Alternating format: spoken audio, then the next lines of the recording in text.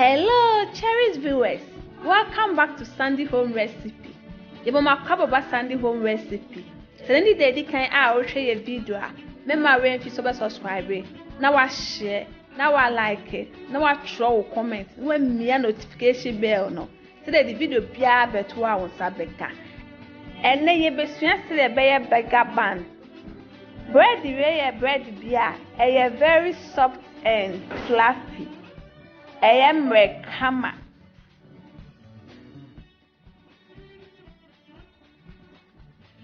Inti ye started.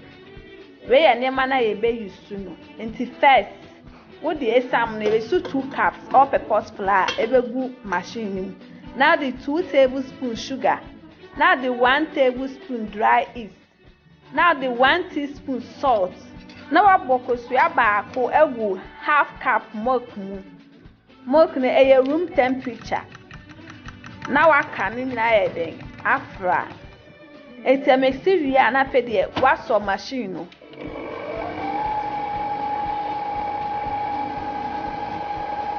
Oh, yeah, now the milk mixture near the egg more little at a time.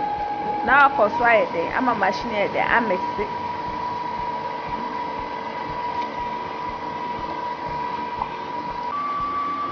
With the 50-gram butter egumu little at a time no akoswa the everything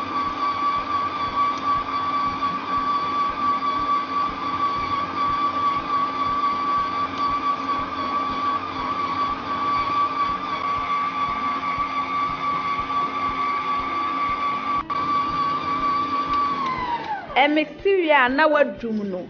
Now the Sesame be apete working surface so. Na fe the way yato so. Uria now the Sesame be apete so. Now our form shape. Please, if you are new to our channel, don't forget to subscribe and also hit the notification bell to get new video we put. Into our form here we know that what they are called to grease boom. Boa oil womb. Na fe the wakata so. Now we just work for 2 hours. I'm na the etu asana atwaso. Enti after 2 hours ni now we you rub na the everyone. Now with the Sesame the agu working surface ni so. Na fe the with the udo na den atoso. Now what tre mu. Wo tre mu we pe na we twa mu mienu.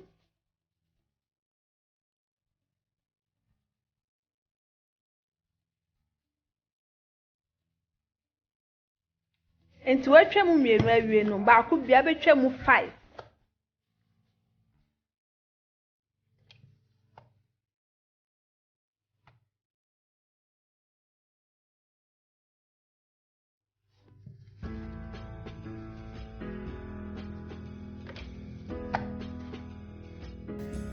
Ofa baako bia na wabone round saa akosita mani na eden ebesa.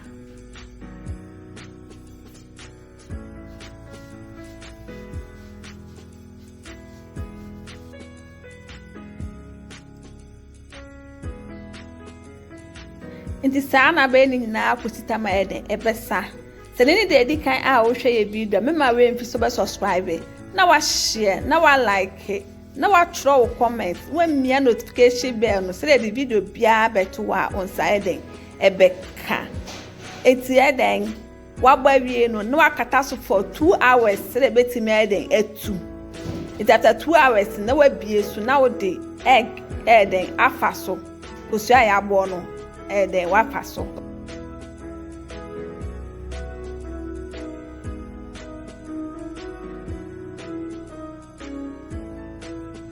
The question fasu wia na the Sesame seed de apete so nyina wo da yesu nyina.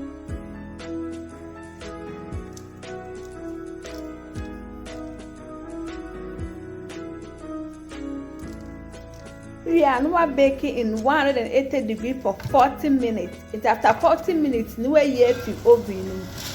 Wow! So yummy. Pena kono. We are now here cooling rag so I then. I'm an adjo and na be serve.